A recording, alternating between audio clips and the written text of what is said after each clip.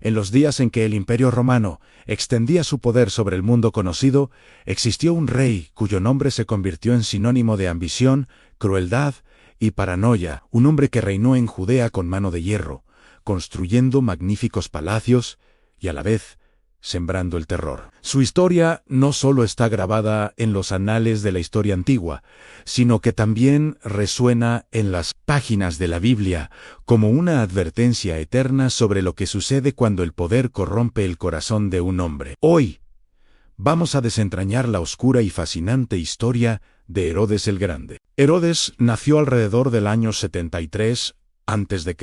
No provenía de la realeza judía. Su padre era Antípatro, un edumío, un pueblo vecino, que supo moverse hábilmente en las peligrosas aguas de la política romana. Desde muy joven, Herodes demostró tener un talento natural para el poder, era astuto, carismático cuando le convenía y completamente despiadado cuando lo consideraba necesario.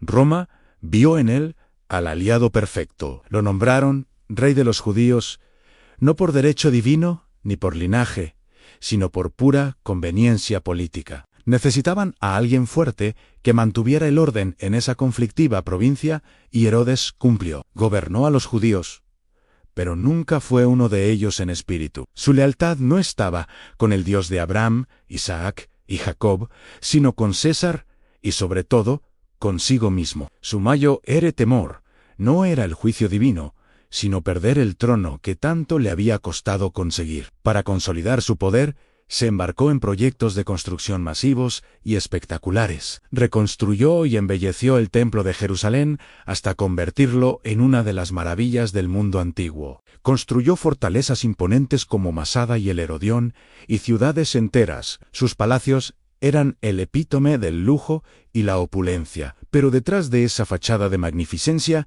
se escondía una mente consumida por la sospecha y la paranoia. Herodes veía conspiraciones en cada sombra y traidores en su propia familia. Su desconfianza era infinita y lo llevó a cometer actos de una crueldad inimaginable. Se casó con Mariamne, una princesa de la dinastía Asmonea, para legitimar su reinado ante el pueblo judío. Se dice que la amaba profundamente, pero su amor posesivo se convirtió en una obsesión mortal. Convencido por rumores y por su propia paranoia de que ella conspiraba en su contra, ordenó su ejecución. Este acto lo atormentaría por el resto de su vida, pero no se detuvo ahí. El miedo a ser reemplazado lo llevó a ejecutar a 3 de sus propios hijos, Alejandro, Aristóbulo, finalmente, a su primogénito Antípatro, apenas unos días antes de su propia muerte. Su corte era un nido de intrigas, y él reinaba en el centro, con puño de hierro y un corazón lleno de sangre. Y fue en el apogeo de su poder,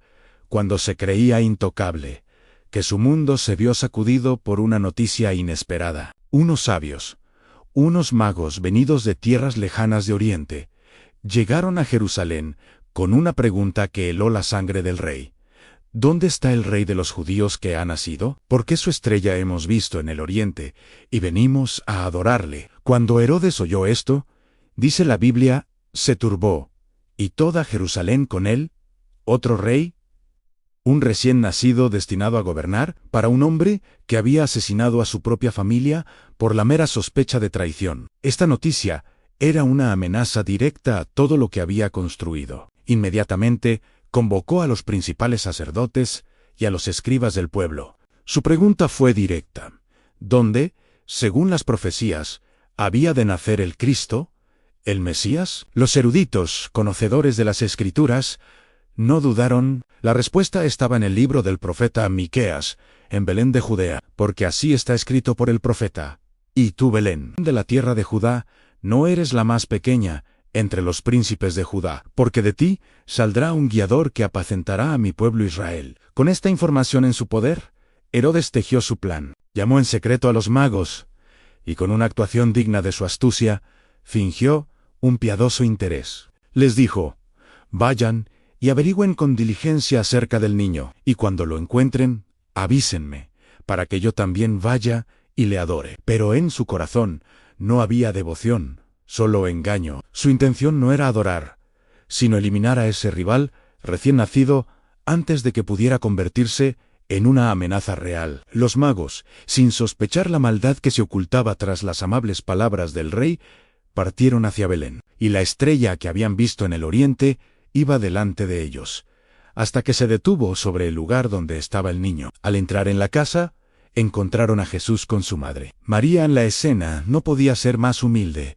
un contraste absoluto con la opulencia del palacio de Herodes, y postrándose, lo adoraron. Abrieron sus tesoros y le ofrecieron regalos simbólicos en oro, como para un rey, incienso, como para un dios, y mirra, un perfume usado para ungir a los muertos, presagiando su sacrificio futuro. Pero el plan de Herodes estaba a punto de fracasar. Advertidos por Dios en un sueño de que no debían volver a Jerusalén, los magios desobedecieron al rey y regresaron a su tierra por otro camino. El tiempo pasaba, y Herodes esperaba noticias que nunca llegaron. Cuando finalmente se dio cuenta de que los sabios de Oriente lo habían burlado, su paranoia se transformó en una furia ciega y descontrolada. Su ira se desató como una tormenta violenta sobre la pequeña aldea de Belén, en un acto de crueldad que ha quedado grabado en la historia como la matanza de los inocentes. Herodes dio una orden escalofriante: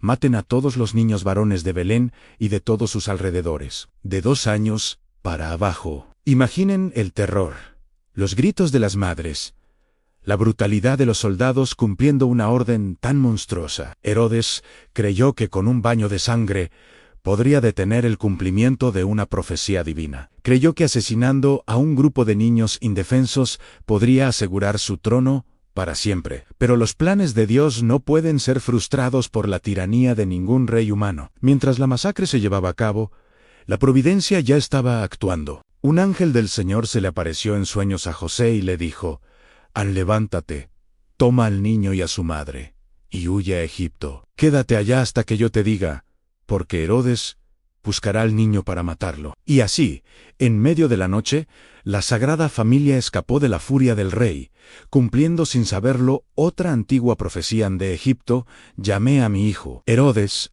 en su palacio, pudo haber pensado que había ganado, pero su victoria fue vacía. El niño que buscaba ya estaba a salvo, y mientras tanto, el propio rey comenzó a ser consumido, no por un ejército enemigo, sino por una enfermedad terrible desde dentro. Historiadores como Flavio Josefo describen sus últimos días con detalles espeluznantes. Su cuerpo, dicen, se llenó de úlceras y gusanos, sufría fiebres intensas y un tormento insoportable. Su mente, ya nublada por la paranoia, se sumió en la locura, y su corazón, en la más profunda desesperación, murió rodeado de lujos, pero completamente solo. Nadie lo amaba, nadie confiaba en él.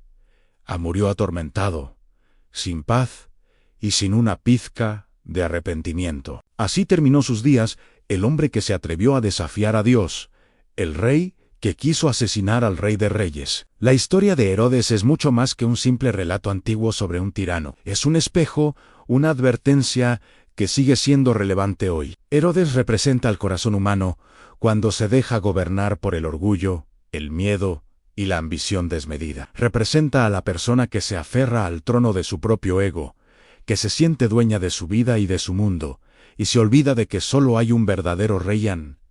Fíjate en el contraste tan poderoso. Mientras Herodes buscaba desesperadamente aferrarse a su poder terrenal, matando para proteger su trono, Dios enviaba a su propio Hijo al mundo, no para conquistar con la espada, sino para reinar con amor y humildad desde un pesebre. Mientras el rey humano sembraba muerte por miedo, el Rey celestial nacía para traer vida eterna. Jesús vino a este mundo para ser la luz, la esperanza y la salvación. Y aunque los poderosos, los Herodes de cada generación, intenten apagar esa luz, esta sigue brillando con más fuerza que nunca. Los grandes palacios de Herodes hoy son ruinas visitadas por turistas. Su reino se desvaneció en el polvo de la historia, pero el nombre de Jesús, el niño que intentó matar, sigue vivo en los corazones de miles de millones de personas en todo el mundo. Los reinos humanos, por muy poderosos que parezcan, son pasajeros. El reino de Dios, en cambio, permanece para siempre. Así que, la próxima vez que escuches la historia de Navidad y aparezca el nombre de Herodes, Recuerda la gran lección. El poder sin Dios, el poder basado en el miedo y el egoísmo, al final solo conduce a la destrucción y la miseria. Pero la humildad y la fe en el verdadero Rey, en Jesús, es lo que nos da vida, propósito y esperanza eterna. Como dice el Evangelio de Juan, y la luz en las tinieblas resplandece, y las tinieblas no prevalecieron contra ella. Gracias por acompañarnos en este viaje a la historia. Si te ha gustado este video, no olvides darle a like, suscribirte al canal y activar la campanita para no perderte nuestros próximos contenidos. Hasta la próxima. Y que la bendición de Dios esté contigo, hoy y siempre. Amén.